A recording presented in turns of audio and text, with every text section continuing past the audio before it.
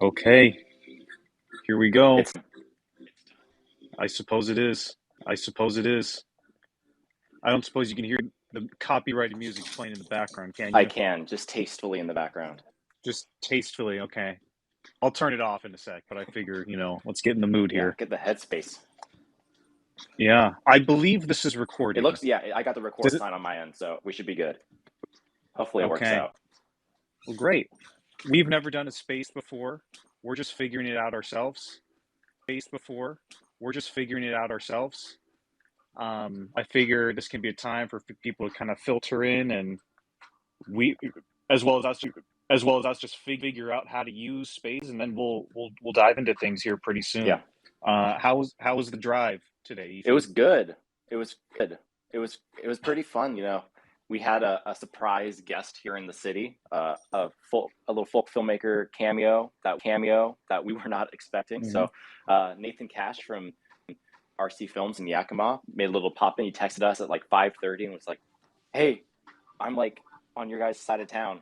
You want to get coffee real quick?" So we scrambled over and right before this and had a little like 45-minute chat and hang out, and then here we are. Yeah, yeah, it was good to see Nate. Yeah, Um, it was pretty sudden, and it was on my end at least. I don't know about for you, Ethan. It was a mad dash and pretty scramble much. of figuring out. I thought I was free, and it turns out I wasn't free. And then I thought I was free, and it turns out I wasn't free. And then it turns out I was, and it was back and forth. And just in the nick of the time, we made it back here in order to do this live space here. Yes. Yeah. Yeah. Uh, yeah. So I think now is just a good time to get started. I think we're recording this for people to listen back to later on. I think we're going to try to make this an episode of our podcast Yeah. here, That's the plan. and so we'll just get started. Um, you know, just you and me, like any other podcast. Just two boys. Uh, just two boys, just two boys. I see we have a couple of listeners. So thank you for tuning in. We will have. Because Yeah. we're Oh yeah. Go ahead. Oh yeah, I was gonna say we've never done live stuff. We're not sure how it works, but we've noticed whenever we've jumped into live things, we're we've never done live stuff. We're not sure how it works, but we've noticed whenever we've jumped into live things, we get very lost and confused very easily. So so what we're gonna do, because again, this is an episode of the podcast. I'm not sure if it'd be good to have just us going crazy over for an hour or so would be great for people. I mean, maybe some people do it, but Yeah. we figure, this is in celebration of our feature film, Video Carnage, which was released a year ago from tomorrow. And we thought it'd be fun to sit down, talk about, maybe a little bit how it was made, how we feel about it now, what's come of it, what you can learn from it, answer some questions, and then at the end, probably, whether I don't know how long all that will be, whether it be the last 30 minutes or the last 10 minutes or whatever. We'll have some listeners come in, and we'll just chat and we'll just talk after we I guess get everything off our chests. Does that Yeah. sound right to you, Ethan? That's the plan. Okay. Okay.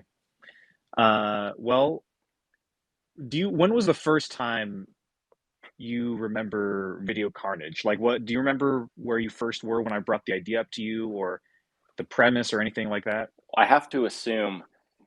Video Carnage. Like, what do you remember where you first were when I brought the idea up to you, or the premise or anything like that? I have to assume it was always, the way it always starts, which is us, in your room, me on the couch, and you probably were like, Uh-huh. I had an idea. I don't remember the specifics of when you first brought up Video Carnage. Probably my biggest memory is some of the earlier drafts of the story, and then Mm-hmm. like the discussions we'd have meeting up with May, and kind of how those would always go. And then biggest memory being that last meeting where May had read through the script and we made the decision to rapidly rewrite the movie before, like a week Mm-hmm. before we started filming. And it was like a full ground up rewrite. So Yeah. yeah, that's kind of the big moment that sticks out to me. I don't remember the specifics of when I first heard about it, but do you remember when you first came up with the idea? Well, before I answer that, because you just reminded me, May unfortunately could not be here tonight. I believe Yeah. I think they're on a trip, or there was a work thing that came up. Yeah. So May is not able to be here. We'll get them back on the podcast. We're gonna be working with May for a while. So any hardcore May fans out there, we are just as disappointed as you that they're not able to make it. But don't worry, May will return with Doom Productions. Yeah. Actually, for sure, this year there's a film that we shot with them. Hmm. That's going to be released later this year. But there'll be more projects than just that one.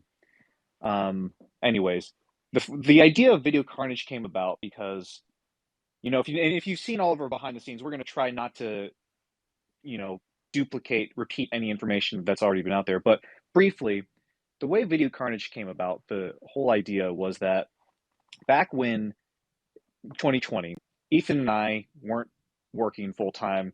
We're doing weird odd jobs here and there, and one of those odd jobs was converting VHS tapes to digital for folk, Yeah. which is actually pretty lucrative for the first couple months. And then after that initial pool of our friends and family and friends of family and all that kind of dried up, we yeah, the lake went dry anyways.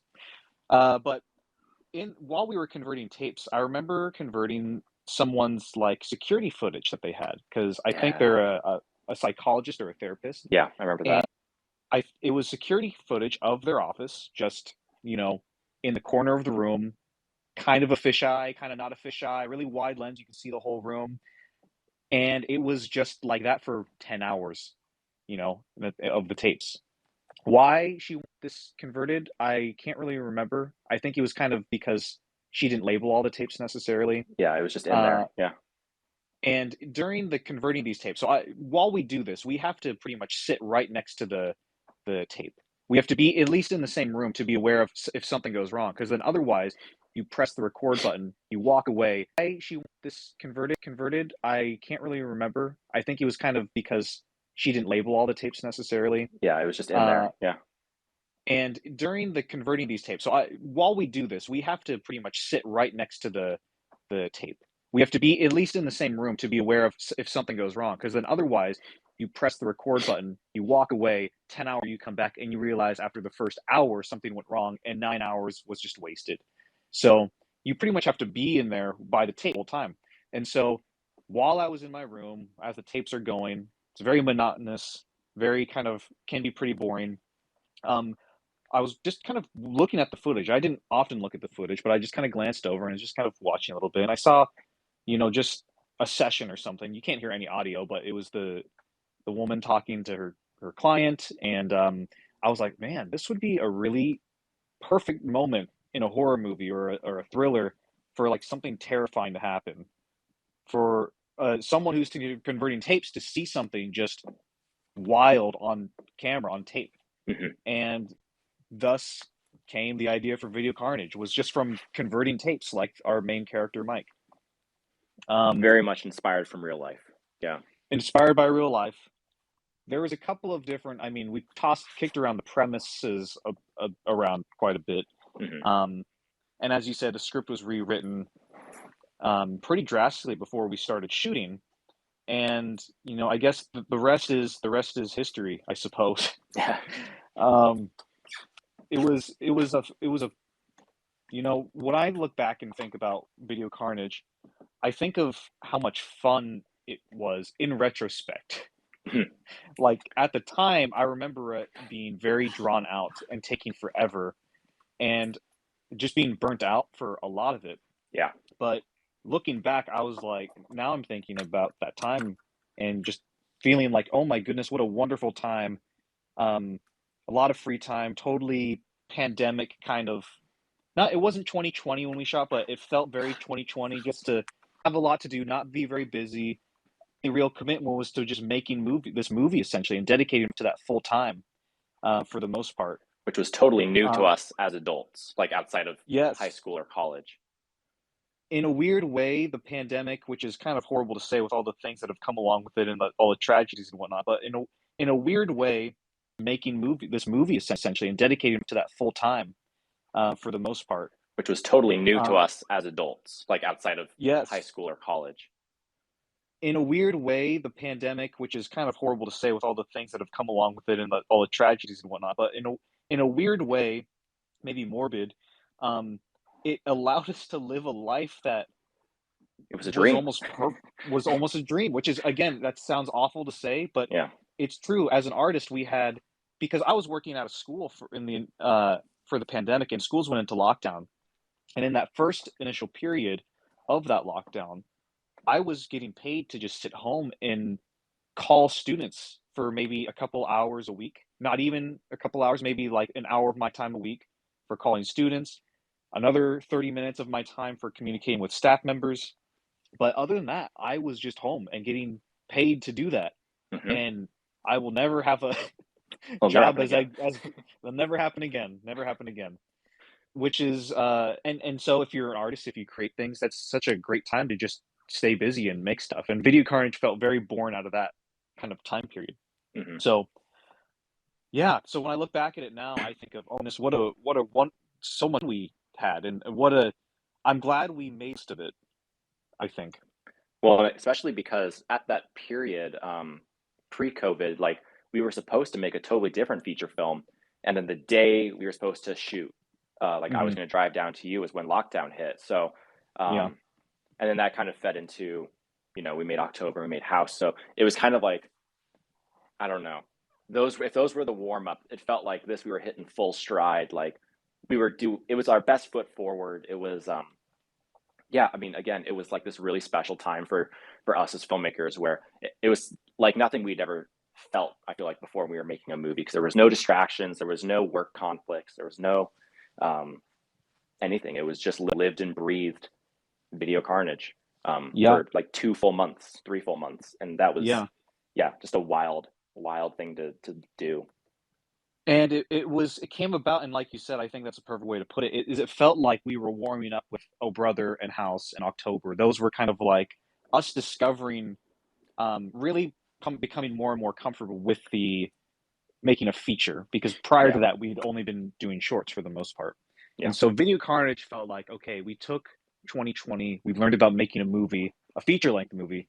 Let's do it again. And this time let's apply what we've learned to this project.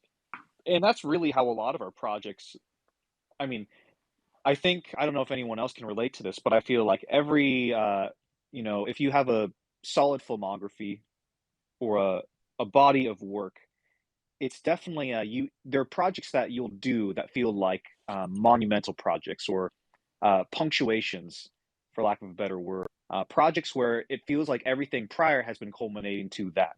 And Video Carnage felt like one of those, I think. Would you yeah. agree? Oh yeah. Yeah, I would consider Video Carnage to be a pillar in the Doom Productions like filmography for sure.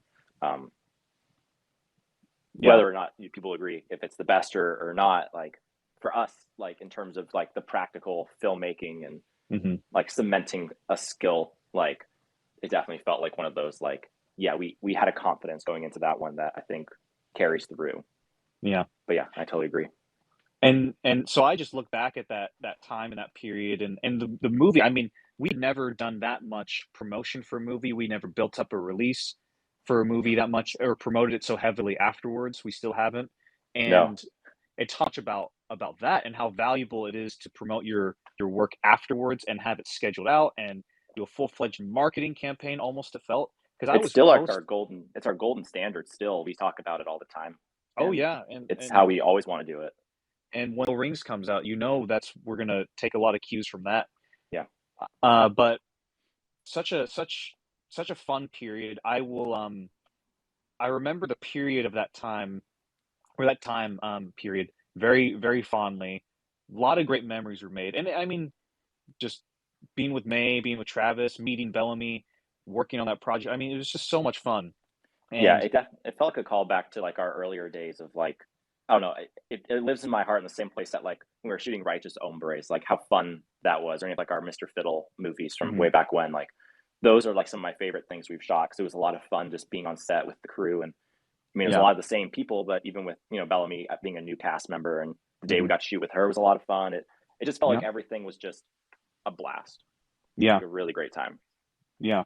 Of course, in retrospect, because of course In retrospect, we were totally burnt out. Well, at least I 100%. was. I think you probably less so than I, because Yes.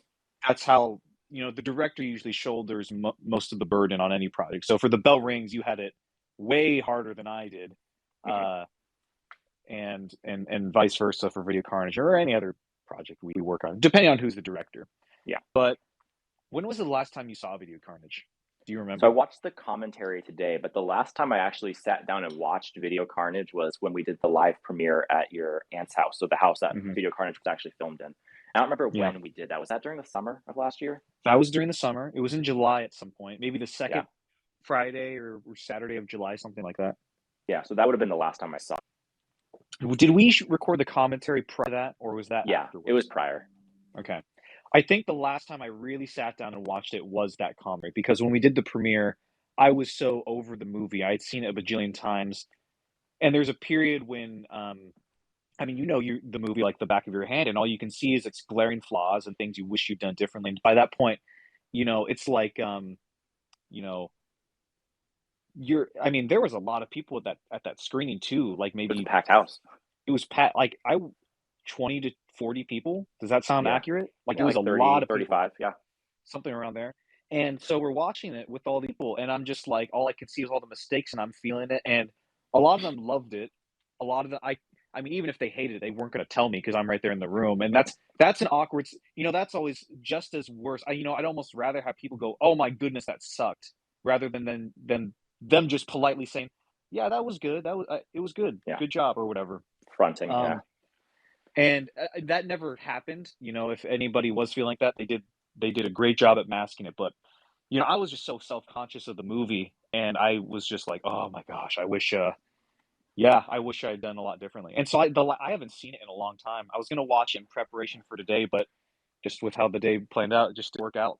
But I Yeah. will say that, watching it, I remember watching it with because we did our commentary. I don't know if Hmm. anybody remembers this or is aware of this. Our commentary for Video Carnage is not just a commentary track. Our commentary is a single shot of Ethan and I sitting down in front of a V8, a VCR TV Hmm. combo, putting in the real VHS tape of Video Carnage in full, and it's the movie in VHS. But Ethan and I are kind of like on either side of the frame, sort of similar to Mr. And that never happened. If anybody was feeling like that, they did a great job at masking it. But I was just so self conscious of the movie, and I was just like, oh my gosh, I wish, yeah, I wish I had done a lot differently. And so I haven't seen it in a long time. I was gonna watch it in preparation for today, but just with how the day planned out, it just didn't work out.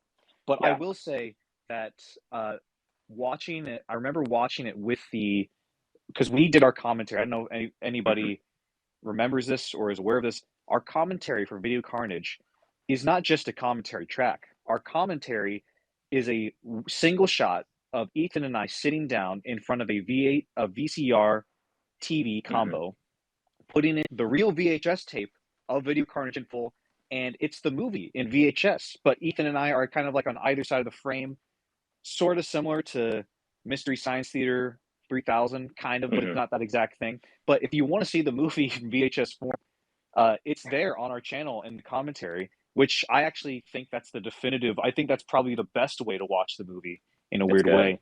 It Yeah. fixes a lot of my audio issues, I think, which I was never, audio wise, I was never happy with the movie audio wise. Um, and just adding that VHS kind of grain and filter, it really kind of makes all the mistakes feel intentional in a weird way. It covers up a lot of those mistakes too, makes it feel Hmm. everything kind of feel cohesive and intentional. But yeah, at some point I got to get on uploading like a file of just like, what I need to do is I need to take the VHS of Video Carnage, digitize that file, and then upload that file onto our channel so people can experience Video Carnage as it was meant to be. And then It's folks can just so like, funny. they can download it and put it on their own VHS tapes, and Yeah. it's just a never-ending circle.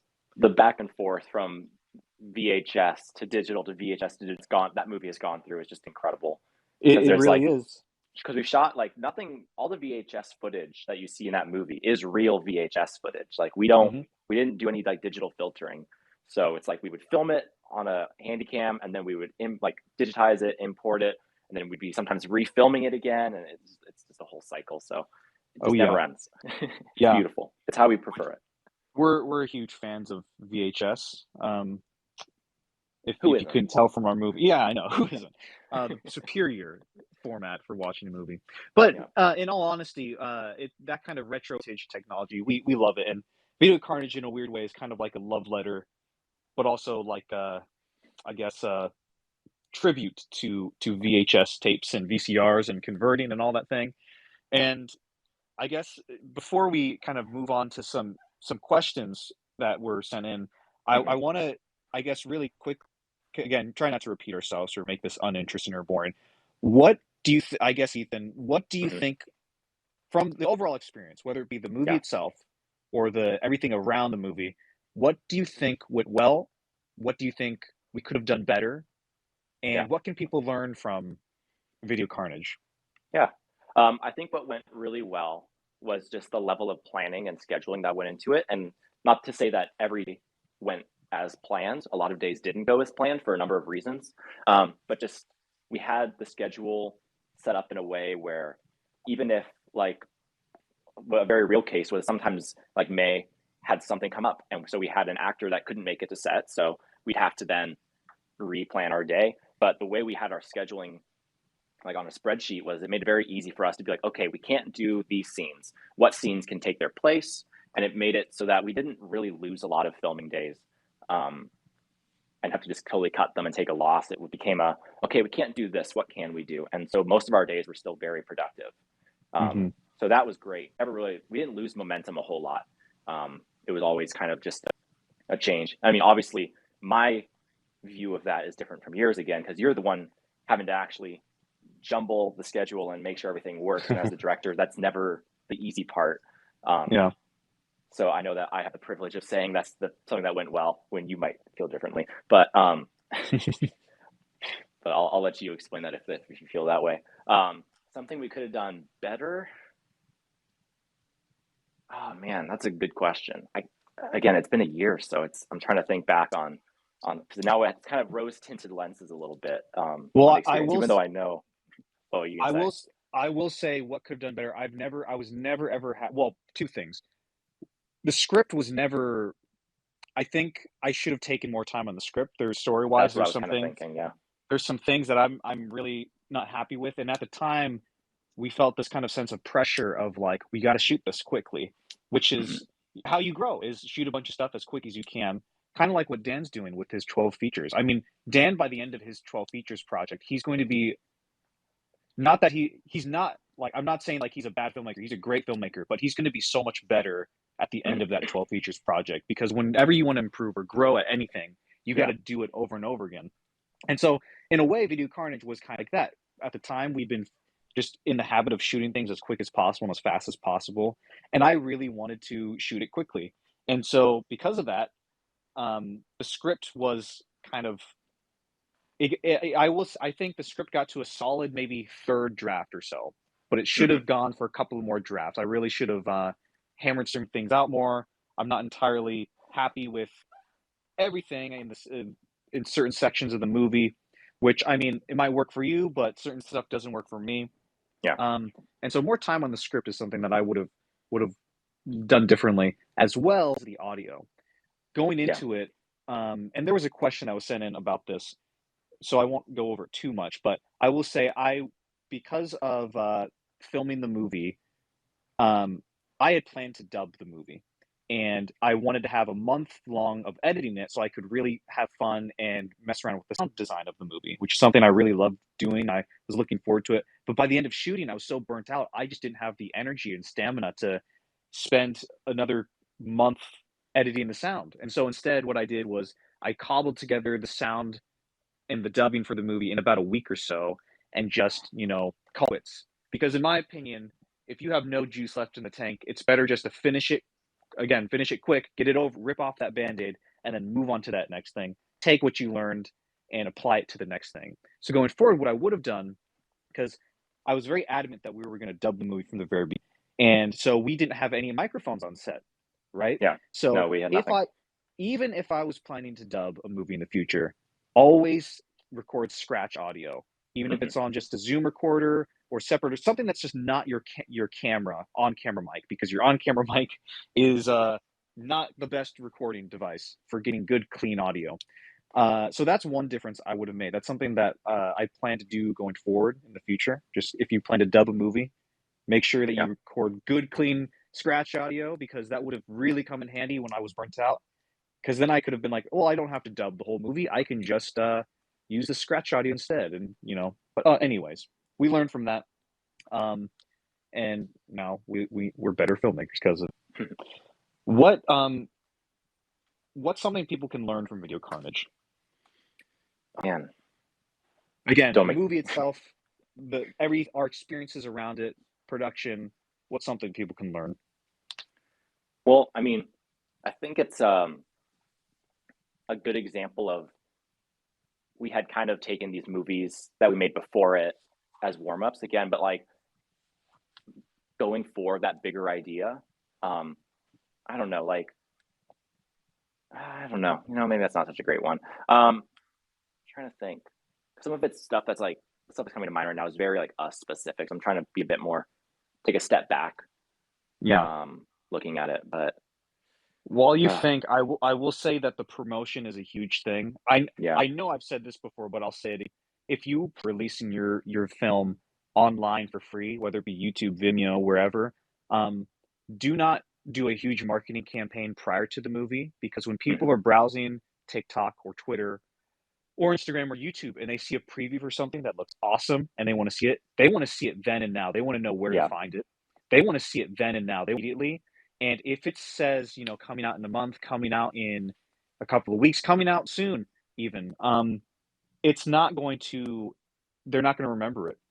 And so what they need, when you really want to do that big push for marketing your film or anything like that, make sure you do it after it's out. So when you can spread the word, people can click on your trailer, your ad, whatever, and then they can just go watch the movie, and then they can save it to their queue. They can be aware of it. They know it exists.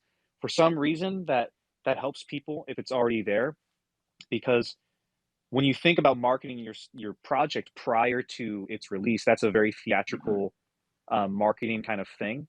But we're not, limited by the theatrical window, because we have no theatrical window. We're doing it online for free, and it's going to stay online for free for as long as YouTube allows it, which is probably going to be for a very, very, very long time. So I would say, please, if you're a filmmaker out there, and it's being released online for free, push your marketing, do that big push after it's released. yeah, I'm not saying don't do any marketing prior to it. Obviously, we've done that. And the way we look at it is that our trailers that drop on Monday are really just for our fans who really care, really want to be in the know about, we're making what we're doing. But for general audiences, for people who don't know who we are, people who aren't regular fans or followers of ours, we make a big push to get those people hooked after the movie's out. So it's easy for them to see at a moment of their choosing. Because otherwise, someone might be like, "Oh, that movie looks good," and then forget about it a month later when the movie comes out. So I think that's yeah, something people could learn yeah, from it. yeah. And thinking, I think I found my thing people could learn. And I think it's something that we're starting to finally like embrace more. Not that there's a right or a wrong in this, because we've done this both ways now. But taking your time with shooting, kind of like how you were saying, like Hmm. we'd come off several movies that were shot in a very short amount of time. Like some like we're famously air quotes, we shot October and edited October in 15 days. Oh Um, yeah, and not that there's anything wrong with that. We look back. I would say, please, if you're a filmmaker out there, and it's being released online for free, push your marketing, do that big push after it's released. Yeah, I'm not saying don't do any marketing prior to it. Obviously, we've done that. And the way we look at it is that our trailers that drop on Monday are really just for our fans who really care, really want to be in the know about, we're making what we're doing. But for general audiences, for people who don't know who we are, people who aren't regular fans or followers of ours, we make a big push to get those people hooked after the movie's out. So it's easy for them to see at a moment of their choosing. Because otherwise, someone might be like, "Oh, that movie looks good," and then forget about it a month later when the movie comes out. So I think that's yeah, something people could learn yeah, from it. yeah. And thinking, um, I think I found my thing people could learn. And I think it's something that we're starting to finally like embrace more. Not that there's a right or a wrong in this, because we've done this both ways now. But taking your time with shooting, kind of like how you were saying, like Mm-hmm. we'd come off several movies that were shot in a very short amount of time. Like we're famously air quotes, we shot October and edited October in 15 days. Oh Um, yeah. and not that there's anything wrong with that. We look back at that as like a huge accomplishment. We joke about it all the time about how much we want to do it again. Um, Yeah.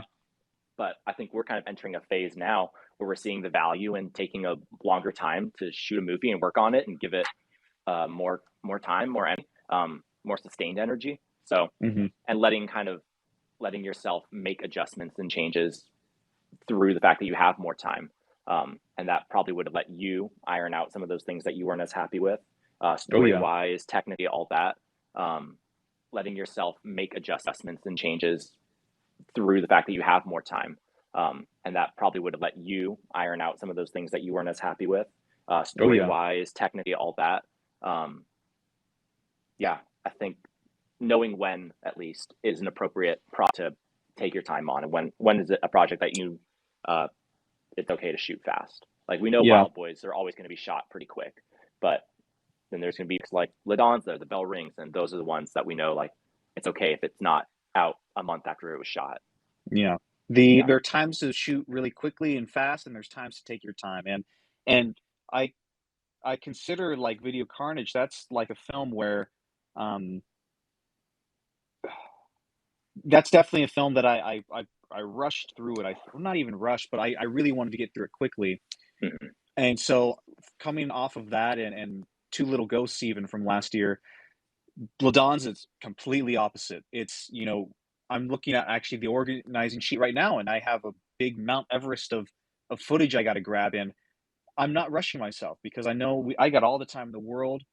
I'm gonna make it a fun time. It's gonna be a relaxed time. It's gonna be really fun, and I'm gonna be and I feel proud of being able to, know that by taking my time, I can make it the best it could possibly be. And Mm-hmm. it's also just feels so much less stressful when you're not on a time crunch.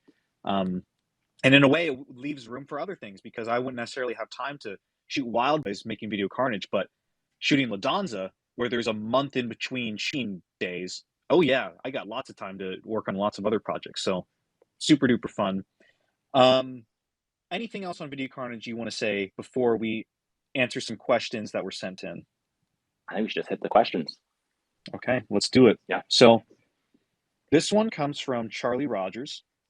It's kind of a paragraph here, lot to decipher. questions It within says questions. questions within questions. You've discussed at length how the decision for wall-to-wall ADR here was very much one born of technical limitation. But do you also see it in a dubbing tradition related to, say, Fellini?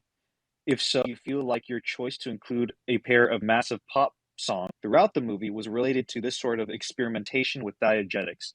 Do you feel like this combines well with the VHS aesthetics to almost every feel you're in the middle of a hyperfluid editing bay as you watch? End of question. Now, with most things that Charlie writes in, uh, takes me a minute to understand what There's she good, writes. lots of context. Lots of content, but I always feel like I'm in film school again, talking with Charlie. So, but it's good to keep us on Yeah, our toes. So that first part, you've discussed at length how the decision for a wall-to-wall ADR here was very much born out of technical limitation, which is true and not true.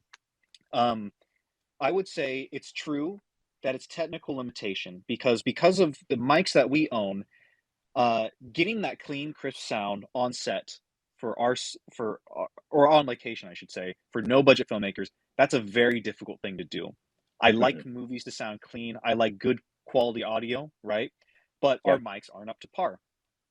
So the solution to that is to dub your movie to give it that clean sound. And that's something I've done in movies before. So, and through that technical limitation of forcing me to dub my movies before and forcing me to get creative with that stuff, I've kind of fallen in love with the art of dubbing movies. So my obsession or my love of dubbed movies and dubbing tradition does come from technical limitation. But in the case of Video Carnage, I think it is more related to someone like Fellini or Italian neorealism or any of that kind of stuff. I would agree with that. Yeah. So that's the first part of her question. Second part is, do you feel like your choice to include a pair of massive pop songs throughout the movie was related to this sort of experimentation with diegetics? Um, no, I think the choice for the pop songs was more, it came more from the content and the story of Video Carnage, essentially. Hmm. Um, excuse me. I've talked about how for Lord in the Royal song, I wanted a song in the very opening of the movie that kind of, in a weird way, was like an anthem for people our age, Yeah. because in a weird way, a lot of the problems that Mike and Sam go through, they're things that a lot of people our generation can totally relate to.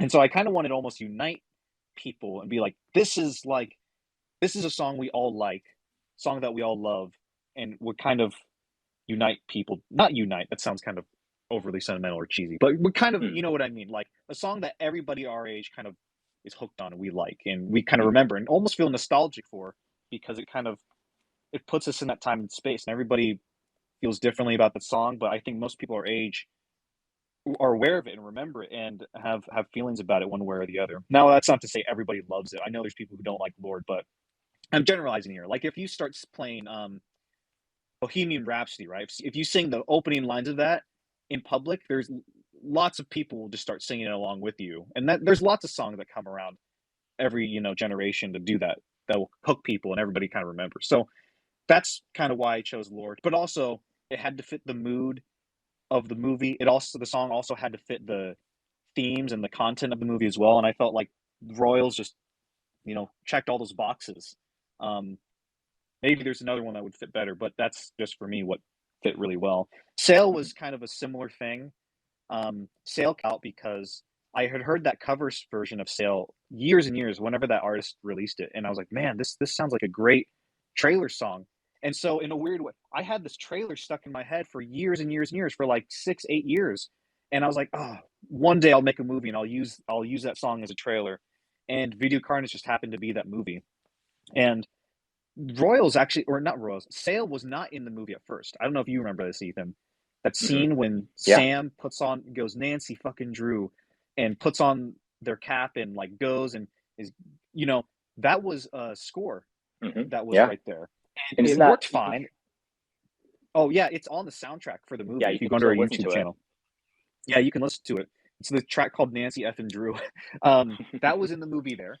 Um, but I think it was a pretty late change because after the movie trailer, well, it was coming up to the release, maybe a week or two out away from the movie being released.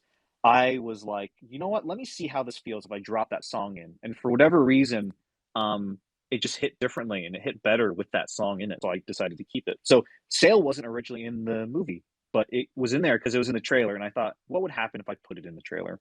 And so that's why it's in the movie. Um, and then Dua Lipa, that song was in there. That was a case where I wanted something like Levitating to go in the movie, so I recreated it in GarageBand, and then it didn't sound as good, and I was like, I'll just use Levitating. And that's really the only diegetic song that's in the movie. All the other pop songs are non-diegetic.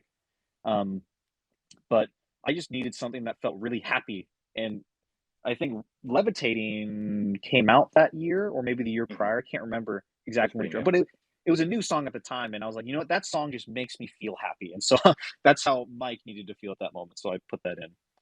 And And then Bad Guy. so Oh, Bad Guy. Oh my gosh, I totally forgot about Bad Guy. Yeah. Yeah. Okay. Um, I'm not gonna. There's a lot of context for why that song is in the movie. All I will We were say is inspired. Bad Guy was an option. That in terms of the possible songs to appear on the movie, that was one of them for a long Yeah. time. And after the RC Film Boys visited us, and they showed us a video they'd made with the song Bad Guy in it. And after seeing their video, I was kind of inspired, and I thought, you know what? I know I decided not to put Bad Guy in, but let's just put it in. Let's just see what happens. Let me try to make another, pass at this. And, um, it worked great. I think it's a really funny part of the movie. It's a standout That moment. just, A lot of people really like. yeah, I love it. I almost, thank you for bringing that up. I almost forgot. Um, and then the last part of Charlie's question is, do you feel like this combines well with the VHS aesthetic to to almost feel like you're in the middle of a hyperfluid editing bay as you watch? Um, I'm gonna be completely honest. I don't. All I will We were say is inspired. Bad Guy was an option. That in terms of the possible songs to appear on the movie, that was one of them for a long Yeah. time. And after the RC Film Boys visited us, and they showed us a video they'd made with the song Bad Guy in it. And after seeing their video, I was kind of inspired, and I thought, you know what?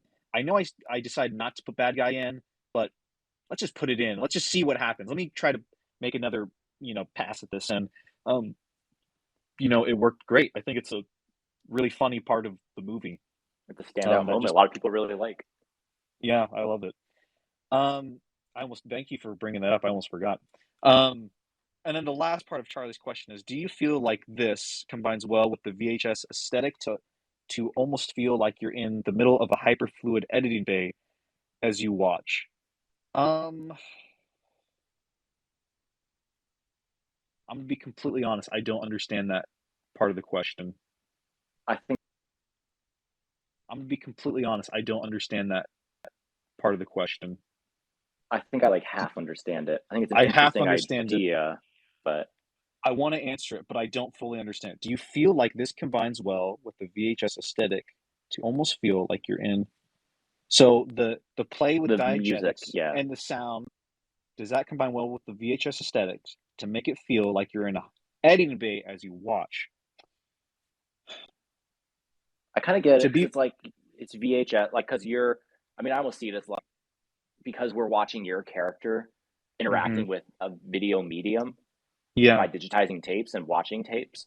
That's kind of like with all these extra diegenic sounds and music and stuff happening. It's like you're kind of pulled into this create with all these extra diegenic sounds and music and stuff happening. It's like you're kind of pulled into this creation of video. That's kind of how I'm taking it. And it's like you're kind of a part of it. But I don't think that's ever. I don't know if that connects fully. I can see where Charlie's coming with it. But I don't know if it fits Video Carnage. Like I don't Again, know if that's I intentional.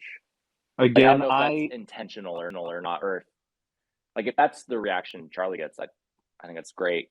I don't know if that's ever something you intended. I don't know. I again I'm not sure I understand the question to fully answer it, but the question as I understand it now, I'll give a brief no as my answer. But with it sounds like an interesting question that I would love to answer if I had more details. So I guess the next time I'm talking with Charlie, I'll ask her, pop the Yeah, question. Talking with Charlie, I'll ask her, pop the yeah. question. So then our next questions come from Jennifer, uh, which Who's is listening right now? listen to hello Jennifer. Thanks for sending. We'll pretty soon, and then and if you jumped in late, after we answer these questions that were submitted, we are going to open the floor up to people to pop in and talk and ask questions. So just stick around. We're going to answer Jennifer's questions, and then we'll open the floor to people to chat and whatnot.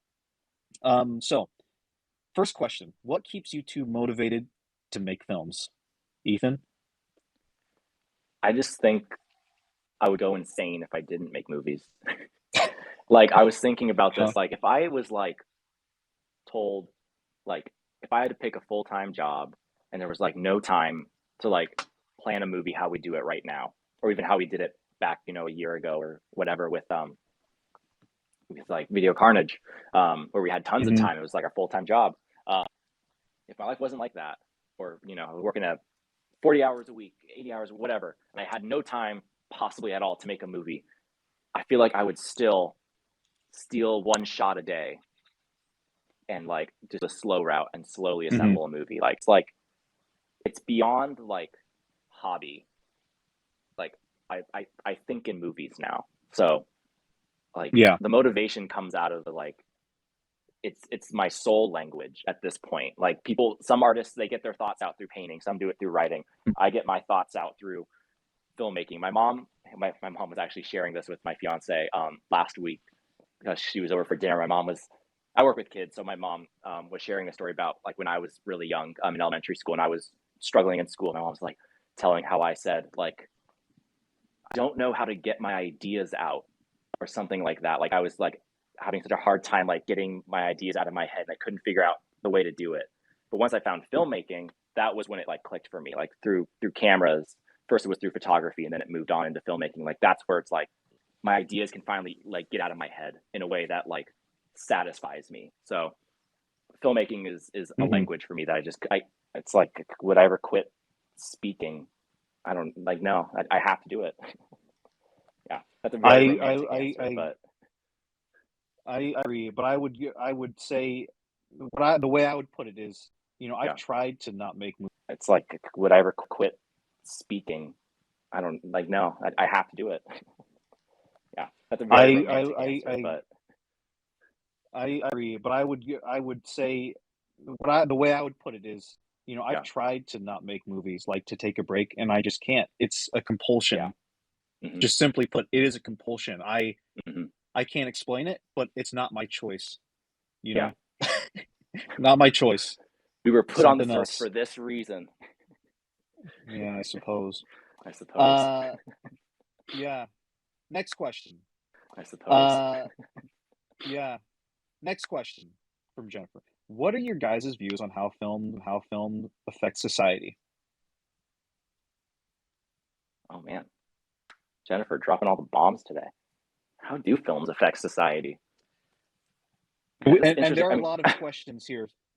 So just so we can this a little brief span once we get Jennifer in here, but are these on get Jennifer in here, but uh, are these on YouTube? Did you comment these on YouTube? yep, Okay. yep, they're all I on think I YouTube. skimmed this briefly. I don't remember all these questions, so these are hitting me like new.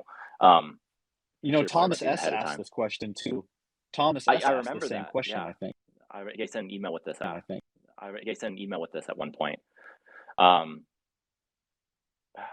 so this will be. I mean, we'll fill in each other's blanks on this one, but the way I kind of see it is like film's role in society and how it affects us is like it's one of the most consumed art forms. So it's going to have an impact just in the fact that most people are going to be exposed to it in one way or another. So, um, but again, it's like all art forms is going to be different one, but I just think that it just does have an impact for one reason or another. You said it better than I could, so let's just move on to the next question. Beautiful. You're Perfect. welcome. I completely agree. Yeah. But I don't know what the effect is. It just is. Yes. It just is. Yes.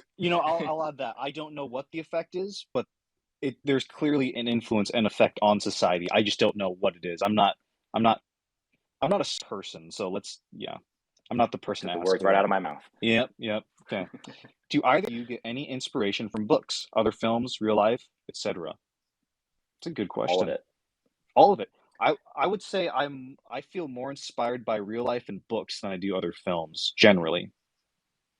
Yeah, I'll from movies, I'll usually steal ideas in terms of like technical stuff. Like, oh, I want to shoot a scene that way, or I want to light it that way.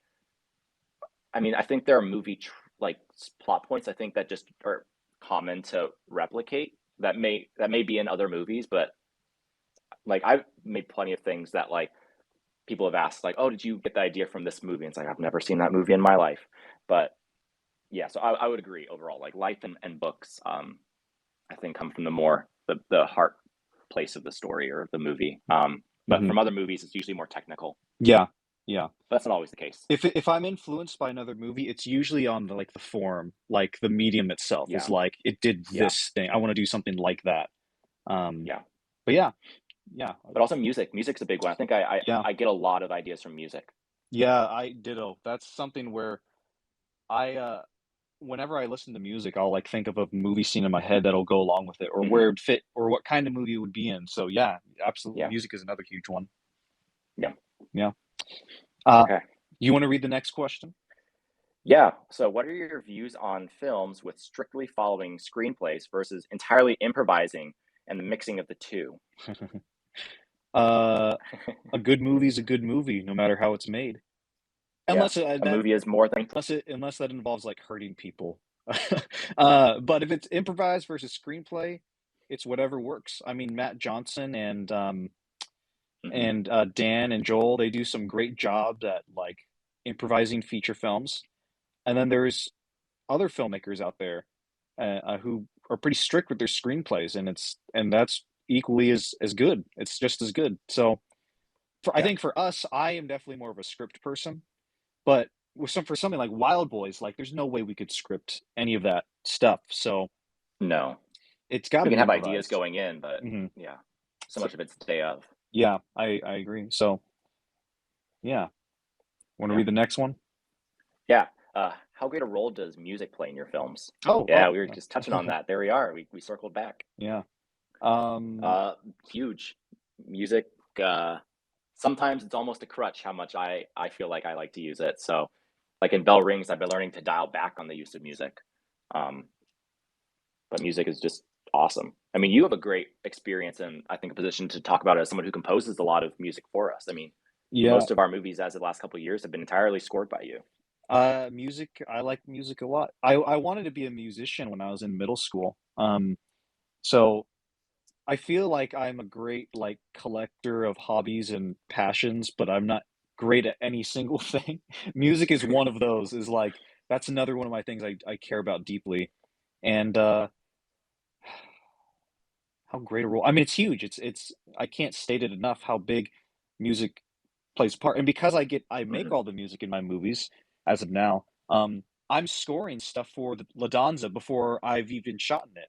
I have sections of that movie where the score is complete, even though the movie Yeah. hasn't even we've only been shooting for like 3 4 days or whatever. So it's plays a huge influence in the creation, the inspiration, and the editing, all of it.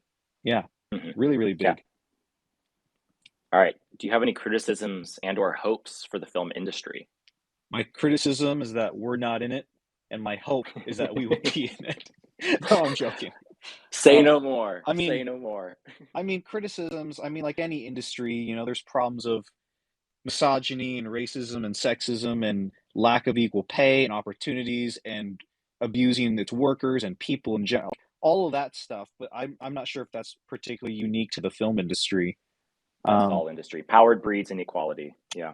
and right now, there's definitely a the scales are tipped towards big blockbusters and big IPs, established IPs.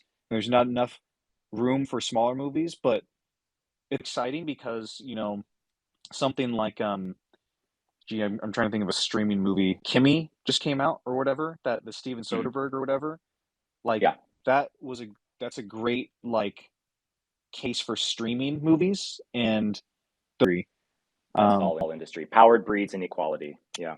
and right now there's definitely a the scales are tipped towards big blockbusters and big IPs, established IPs. There's not enough room for smaller movies, but it's exciting because something like gee, I'm trying to think of a streaming movie. Kimmy just came out or whatever, that the Steven Mhm. Soderbergh or whatever.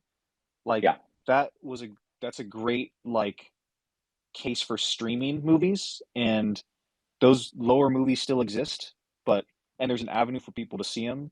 But I don't know. That's a whole nother conversation. I don't know. Like I guess what I'm saying is it seems it's there's seemingly a lack of variety of movies being put out, but I still like Mhm. all different varieties. So I don't know, and I search out things pretty frequently. So I don't think it's a as big a deal to me as it is for other people. But my main criticism would Mhm. be like the abuse that goes on and mistreating people or that kind of stuff.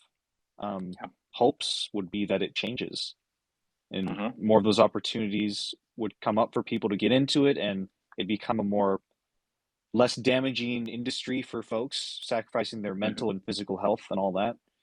Um, Yeah. yeah, And that we get in. and that Hollywood is doomed finally. Uh, Yeah. Well said. was there a particular event or time that you two recognize that filmmaking is your way of telling stories? Ooh, that's a good question. Ethan, you probably When we you kind of talked about it a little bit already just now. I guess the time though where it changed for me from just messing around with friends, filming on like my iPod in high school. The change came when we started working together, Hmm. honestly. So it would have been between Rendezvous Midnight and Beat My Heart Skipped, Hmm. somewhere in there, because I can't tell you what rational part of my brain made me go from I'm not going to be an actor, which is what I wanted to be at first, and then for years wanting to be a marine biologist because that was a think of getting steady income, and going from that acting in two projects with you, Hmm. and then all of a sudden going full I'm going to make movies. Yeah. There's no rational explanation, but in between Rendezvous Midnight and Be My Heartskip, I bought a camera, or Hmm. my dad bought a camera for me, which is even crazier. I don't know what I did to convince him, Hmm. but yeah, like somewhere in there, it clicked. So, Yeah. but then I never looked back. Yeah. For me, I think that I just like the filmmaking medium the most out of all the art forms, probably. Hmm. I feel like it's really, really special, that medium. And I don't even know, like, I mean, I've always loved stories. Like, I wanted to be an author when I was really, really little, before I wanted to be a filmmaker. Hmm. And I just love film. Um, yeah, I don't know. It's like that's a little more complicated one for me, I think, because I'm kind of come to this point where I'm like, the best films have no story and they're all experience and very, very pretentious art student. But I still love films that are driven by narrative and narrative films. But I just love the film medium because you get to combine everything. You get to combine photography, sound design and sound mixing, acting, costumes, sculptures, CGI, painting, writing, music, editing, all of that. You get to combine all of those different art mediums into one thing. And I think that's pretty cool. Yeah, What are your views on collaboration and filmmaking? I hate it. It's the worst. There's this guy, I never Ethan, want to collaborate with Ethan anyone. Hansen, the worst collaborator ever. Obviously, film is a. I mean, it's not exclusively, especially in our current day of filmmaking. You can make a movie on your own, but I think the greatest moments we look back on are the moments where we got to film with our friends. Like, so collaboration is like the heartbeat for filmmaking for us, I think. I don't think we would love it as much as we do if it wasn't for all the great people we've gotten to film with along the way. Hmm. Some of those people we filmed with now for 10 plus years, others are new, and that's just a beautiful thing. So Yeah, the collaboration is what makes it work for us. yeah. No film can be made alone. I mean, you can make a movie alone. Yeah, That's not like, technically you can, but yeah. I why? think it's the best when you get to collaborate with people and bring Like all kind their of what you different skills together. well, that's what you're like what you're just talking about with all the different multifacetedness of filmmaking is like you don't have to be amazing at all the music, the sound, the technical, the props, the everything. Like the best part is you bringing in people who are very skilled at one of those things, and you get to come together and build one thing together. So yeah, takes the Yeah, pressure off a little bit too. It makes it just a more fun experience. yeah. And the final question from Jennifer is, what would you like to say to your fans? Oh, Hello there. nothing. Thank you guys for even Yeah, considering yourselves our fans. That's wild to us. yeah, yeah. Why haven't you all bought more merch? No, I'm joking. I'm joking. I'm joking. Um, Yeah, where are you uh, guys? Come on.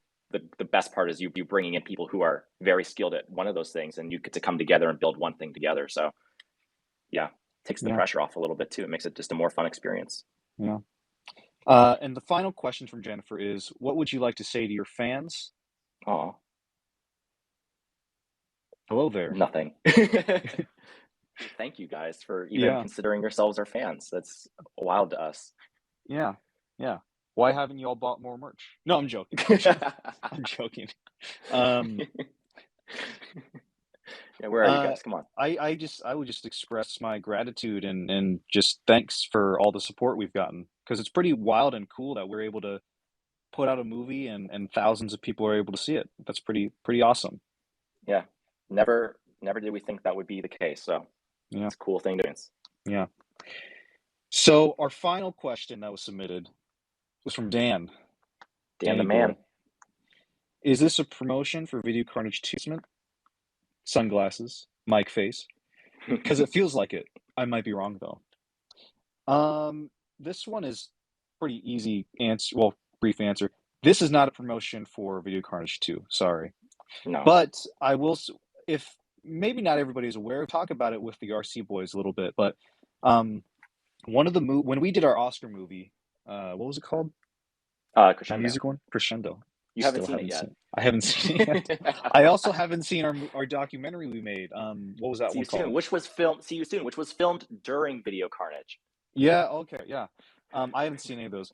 Before we did Crescendo, I had I had a plan to make Video Carnage 2. We were going to shoot it all in one night. It was going to be shot real time, found footage style. It was going to be. It's a really great idea. And then about a week before we were going to shoot, I checked back in with May, and that happened to be May's partner's birthday. And so May was like, "Yeah, I can't skip out on that." And I was like, "Yeah, if you skipped out on that, you'd be in big trouble." So, yeah. So that's been. But the way Video Carnage 2 ends, and I should say Video College Carnage Volume 2. That's the official title for the unofficial movie, or may not happen. If you do Video Carnage 2, you kind of need to do Video Carnage 3, if that makes sense. Yeah. So, and I would hate to make Video Carnage 2 and then have a huge kind of gap between when those movies get made, or maybe Video Carnage Volume 3 never happens. So the plan as of now is to develop the script for Video Carnage Volume 3. And when we gear up to shoot those movies, we'll take, however many days we end up shooting for Video Carnage 3. We're just going to take the first day and shoot Video Carnage Volume 2 in one day. That's the movie right there. And then shoot Video Carnage Volume 3 right afterwards, back to back. So they can both be made because, again, I would hate to release the second one and not be able to do the third one. So Yeah. yeah, that's the plan as of. Um, No I gotta dates. take. No nothing. Yeah, I gotta take care of something really quick. Ethan, do you mind stalling for a moment as I mute I can do myself? that. Gosh, Okay. I've already had to do this once and it did not go great. But yes.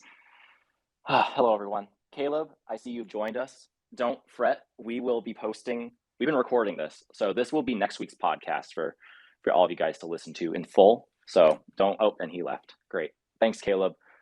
Don't worry about it. It's fine. It's fine. I'm not hurt at all by that. Thank you, Dan, for the heart. It's really weird having to do a Twitter space where you're the only one talking. I'm not Yeah, good it at talk is. on the fly. So, okay, you can. Oh, that's right. You can actually hear me for this. You didn't hear me rambling earlier, Jordan. So No, this is I did great. hear you. I Oh, could you hear you. did. I could You hear all heard of my it. awkward, painful ramblings. Yeah. I'm Well, not. What? Oh, he cut himself off. That's fine. This is not sorry, my my usual mic, thing. my mic cut off. I don't know why. Video Carnage, Mike. Oh, geez. Okay, let's get some other people in here. Yeah, let's Maybe do the we thing. should we do one at a time? You think? That's Otherwise, it probably the gets kind of cleanest way messy. to do it. Yeah, let's do one at a time. Doing productions is an organized establishment. We don't. None of that craziness. Okay, so if you'd like to be on, just hit request. Yeah, we'll let you in. And we'll let you in one at a time because we get, yeah, we're nice here, I guess. We're professionals. Yeah, my mic keeps turning itself. Oh, geez. Okay, let's get some other people in here. Yeah, let's maybe do the we thing. should we do one at a time? You think? That's Otherwise, probably it the gets kind of cleanest way messy. to do it. Yeah, let's do one at a time. Doing productions is an organized establishment. We don't. None of that establishment. We don't. None of that craziness. Okay, so if you'd like to be on, just hit request. Yeah, we'll let you in. And we'll let you in one at a time because we get, yeah, we're nice here, I guess. We're professionals. Yeah, my mic keeps turning itself off. I don't know why it's doing that, but anyways. Yeah, see, Dan has requested. Let's get Dan in here. Yeah. Daniel. Here we go. Here we go. It's connecting. Oh, snap. It's getting there. Dan. He's coming in. Dan. I can't keep doing this forever. Dan. I give up. There was an error adding Dan. Is that what? Hold on. Let's try this again. If my chanting interrupted it, I'm sorry. That might have been on me. Oh my goodness. Oh my goodness.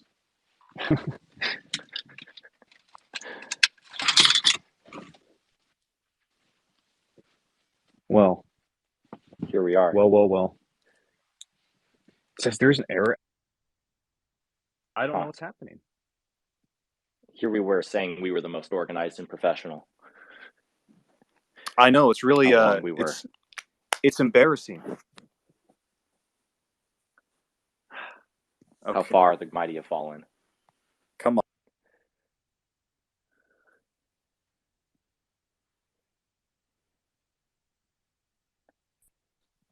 And why does my mic keep turning off? This is ridiculous. Oh my goodness. We made it this far, and now we're choking. We made it through most of them. We might have to do... I wonder if we start a new space, if that would fix this. Let's see. Oh, we have to do...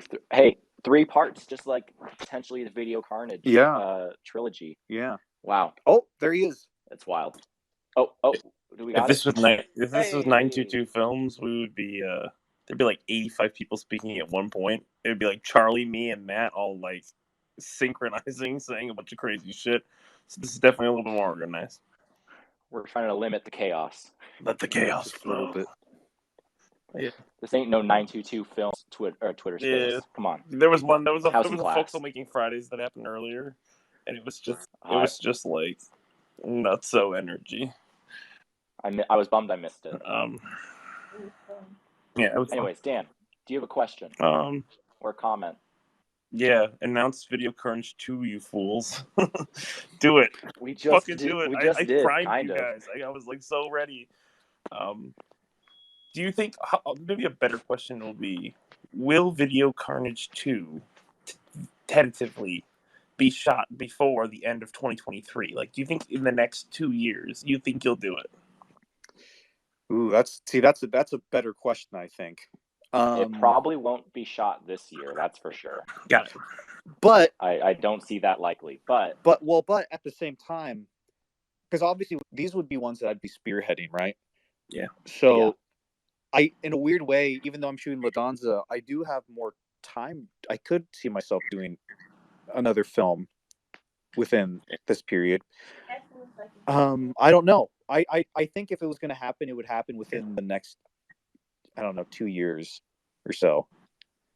Any longer than that might be a little, I don't know. Well, that's what my thought process is. Like, you gotta like strike while the iron's hot. If you like wait like 3 years, no one's gonna care. You know what I mean? Like as much as they just did it now. Like even Chlorine, like 2 and 3 is pushing it. The only reason why is that Chlorine's got like a decent amount of views that I think people are still hyped for it. But like if I push it another year, I think people would be like, no, I'm not interested.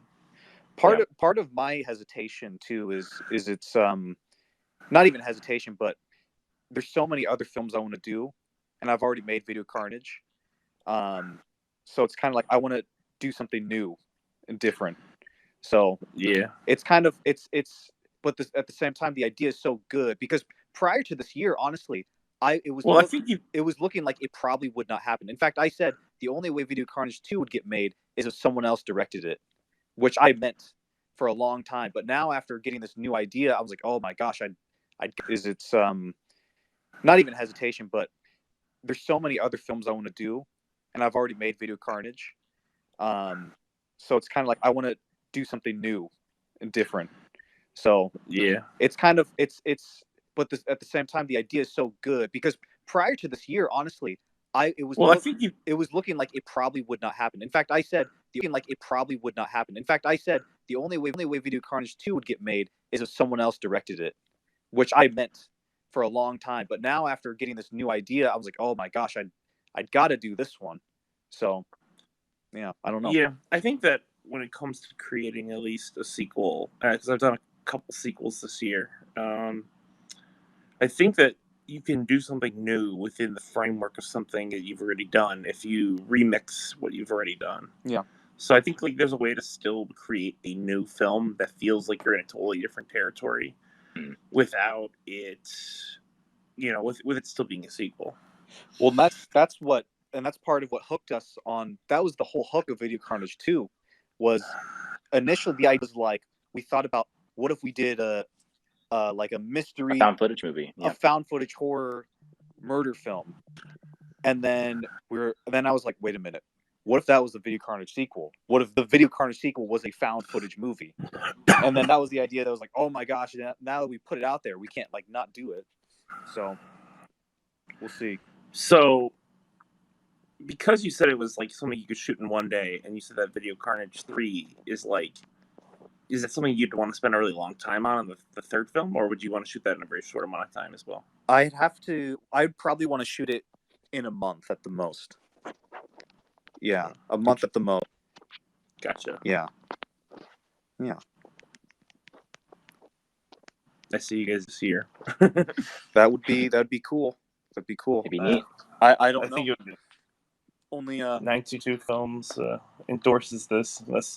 All I'm here is just to be the PR hype man, guys. I'm actually just on the Doom Productions payroll. That's exactly. What payroll? We'll Venmo you soon. You're Venmoing me any of the T-shirt funds. Yeah, exactly. Yeah. Well, So, yeah. Right on. Anything else you wanna add, Danny boy? I'm trying to think of any other questions. For Video Carnage. I mean, we did a whole deep dive interview way back when it was first released, too. Oh yeah, we We did do that. I guess overall, where would Video Carnage rank amongst your films? Like for you personally. Ooh, that's a good question. Like if you were like out of all your films, like where would you put it? I think that might just below Oh Brother. That's pretty brutal. That's pretty brutal. I'm just kidding. Jordan's on suicide watch. I know. I think for me, I don't know. I feel like October's my best one. Maybe Video Carnage is number 2. I'm talking strictly feature films, I think. Yeah, obviously. Yeah. You know what I would say? I can't think of ranking, but what I can say, whenever I talk to people who don't know what I do, or like what we do as Doom Productions, and they're like asking about what movie they should start off watching, usually Video Carnage is one of my first recommendations to them. So, okay. But for me personally, I think it's one of my favorites. Is it like the most technically perfect movie? I don't know, or I guess how it ranks, but it's up there for me, as like probably within my top 3. I don't know where in that top 3 exactly, but it's a top 3. So I actually have a sort of subtle question I was thinking about when you guys were talking earlier. I have like a small bone to pick with the Doom Production boys that I want answered here. You guys say don't do any marketing before, but then Ethan drops fucking coming soon trailers for and teases the shit out of the bell rings. What the fuck? What gives? Well, that's for our fans who have been following us. That's not for the normies. I'm gonna call slight. But it's just slight bullshit. I'm not saying I think it's funny because I think overall I do think that it's valuable. I'm just gonna be the other voice in the room and just say that I think it is valuable to promote earlier for a certain crowd of people. So I think you guys kind of went over that, which is like, our certain crowd of people is our fans. Yeah. I do think that. I think even before though, you'd be surprised how many people you can get that are just randos that will like jump in. But I don't know. I was just curious. I wanted you guys to clarify, just because you specifically said something about coming soon, and I'm like, didn't Ethan do a coming soon one on? Well, that's also something. Yeah. Well, I was just real quick, by the way, so I might not have heard all of that. Well, that's something that is also we're also still experimenting with, and we don't. We also said don't. We're not saying don't to put out trailers before, because obviously we've done that, and it's something we're playing around with. But I think I'd rather have more eyes on my movie than eyes on a great TV spot or trailer or whatever we put out. Yeah, I think everyone here agrees on that. For me, I did the opposite for Ramen Sucker Punch, and we'll see how it bears out when the film comes out. But like, I've done more promotion like 6 months out, and I'm interested to see. I don't know. Also, Caleb seems to be here. He might be able to pick up the conversation. Yeah, but at the end of the day, like for us, we're still in the experimenting phase. So each movie we release, we try something new. Like Wild Boys had a very different release than Video Carnage, and Bell Rings will have a very different release than either of those. And it all comes down to we're trying new things to see what sticks best. Right now, we feel like Video was the most successful launch we've done. It blew our goal out of the water. Like we thought our goal was like 1,000 views in like 2 weeks, right, Jordan? Something like that. It was 1,000. No, it was 1,000 views in 5 days. Well, what was our goal though? Was that our goal, or is that what happened? Our goal was 1,000 views in a month, and we Yeah. reached that in 5 days. So That's what I mean. Yeah. I guess another. I'm sorry if I'm asking too many questions. If I am, just No, tell you're me fine. to shut up. But basically, so clearly your most successful film is the first Wild Boys. So Yes. Mhm. do you think that the success of the first Wild Boys is specifically to do with like Sasquatch content being popular, or do you think there was something you guys did about promoting that film that did really well? I We think it's hardly Sasquatch promoted. content. We Yeah. hardly promoted Wild Boys 1, and it did the numbers it did, so it's got to be Sasquatch. Yeah. Yeah, I was just curious because you were saying that Video Carnage, because I was like, you do really well. So I think it's your second most popular film. Yep. Second most. Yeah, and I do remember it doing really well. So and you guys did promote a lot of it on the back end. Yeah. So that is cool. But those are all my questions. I was just curious. Awesome. Great I'll questions. let other people take the floor now. Sounds Thank good. you, Dan. Thank you for coming on in. Okay, peace. Deuces. All right. Let's get, who else wants to speak? Yeah. If Josh, you want to Caleb? speak, send a request. Yeah. We lost Jennifer. I was hoping to speak to Jennifer. I know. Hopefully she pops back in. And Ethan Stevens. Yeah. This was good. I mean, the content's been great. Do we have someone else? Yeah, I've got Josh. Perfect. Getting Josh in here. Looks like hopefully this works. Yeah, hope it doesn't bug out. Yeah, there he is. It's working. What's up, Josh? What's up? You guys Glad to have you on. you guys let us down. Thought this was gonna be a Video Carnage too. Dan got us all excited in there. You've been hanging out with that Dan guy too much.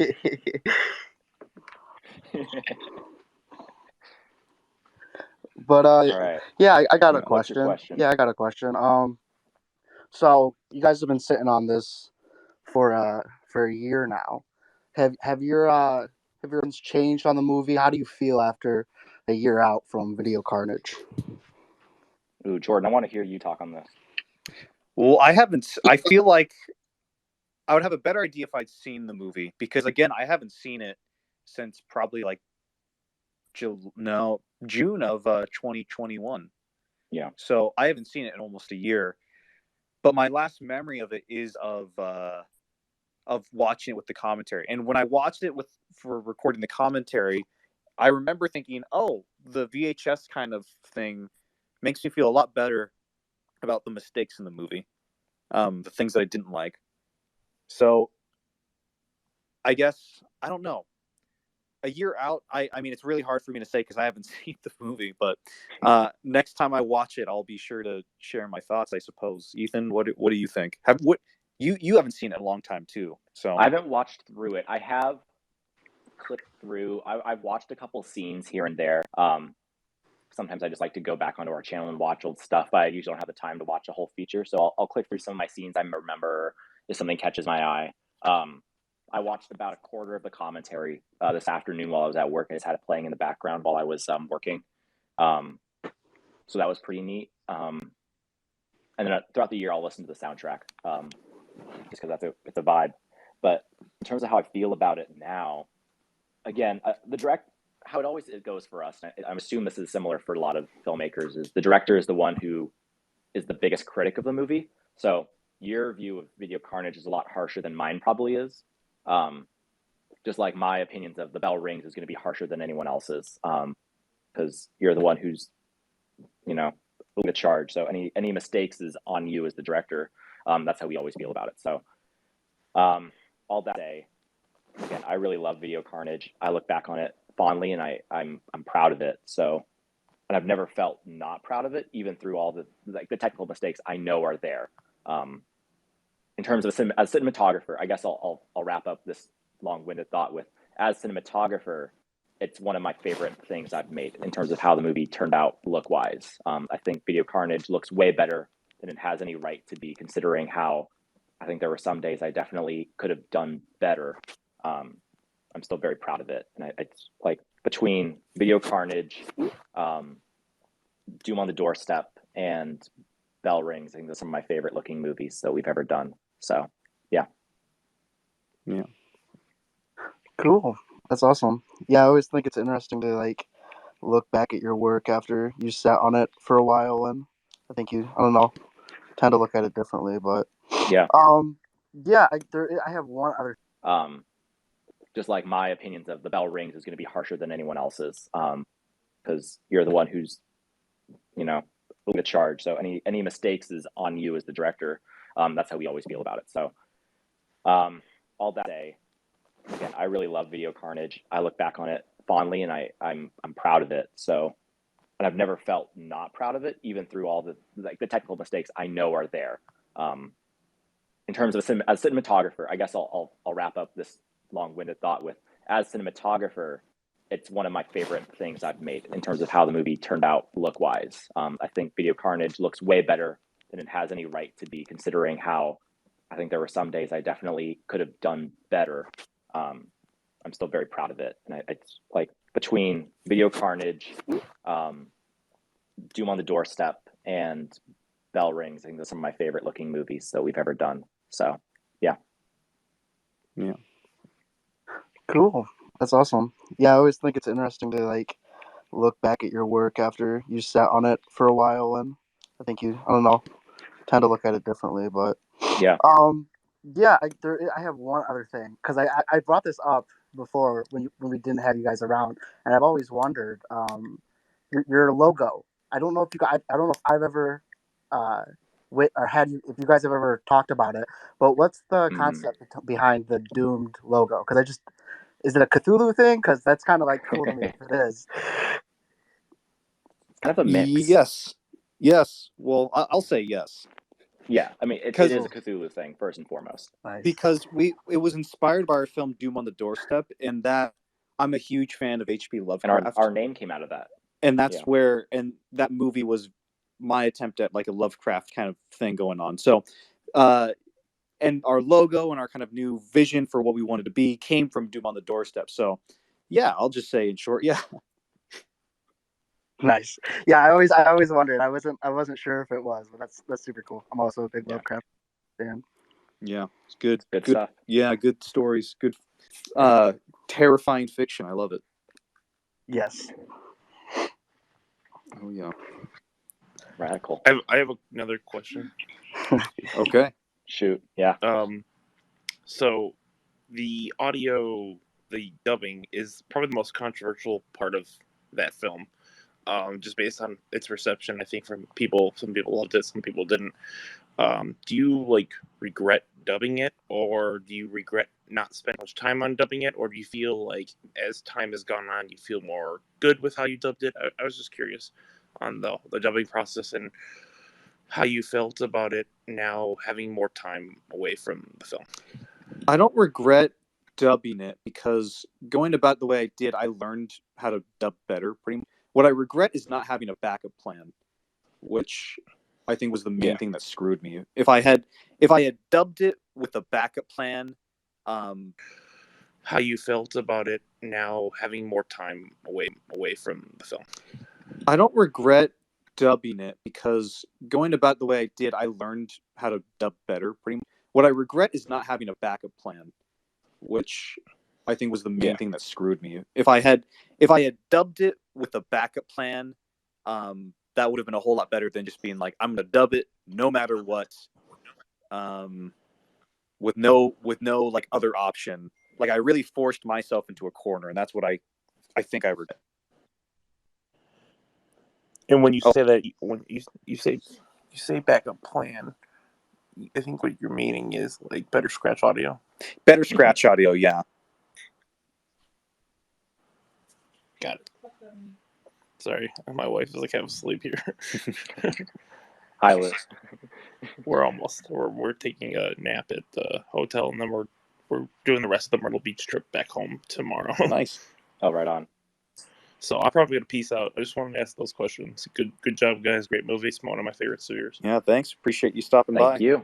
Glad you could be on. Okay, peace out, guys. Yeah. Later, man. All right, Caleb, did you want to speak? Did you have any questions or want to hop in on this at all? Just say hi. Just to say hi.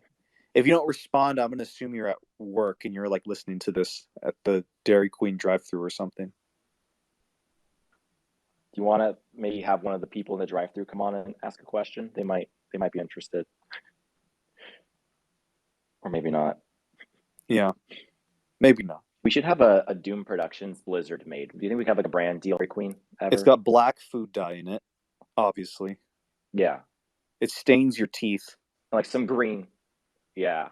And like some green in the bottom or something. I don't know. It's like a swirl. Little like gummy worms in it or gummy tentacles. Yeah. Yeah. Oh, this sounds delicious, actually. And then it actually makes you sick. Teeth. Like some green. Yeah. Yeah. And like some green in the bottom or something. I don't know. It's like a swirl. Little like gummy worms in it or gummy tentacles. Yeah. Yeah. Oh, this sounds delicious, actually. And then it actually makes you sick. It actually makes you sick. So you truly are doomed. Yeah. You throw up the black the quintessential Doom Productions black vomit. Oh yeah. Oh yeah. And then RC Film should get like a not so one. I think that'd be kind of fun to have like a Spider-Man themed one, but it's not so. Well, no, it's just that terrible Spider-Man popsicle that's like misshapen. You know, the one from the ice cream truck.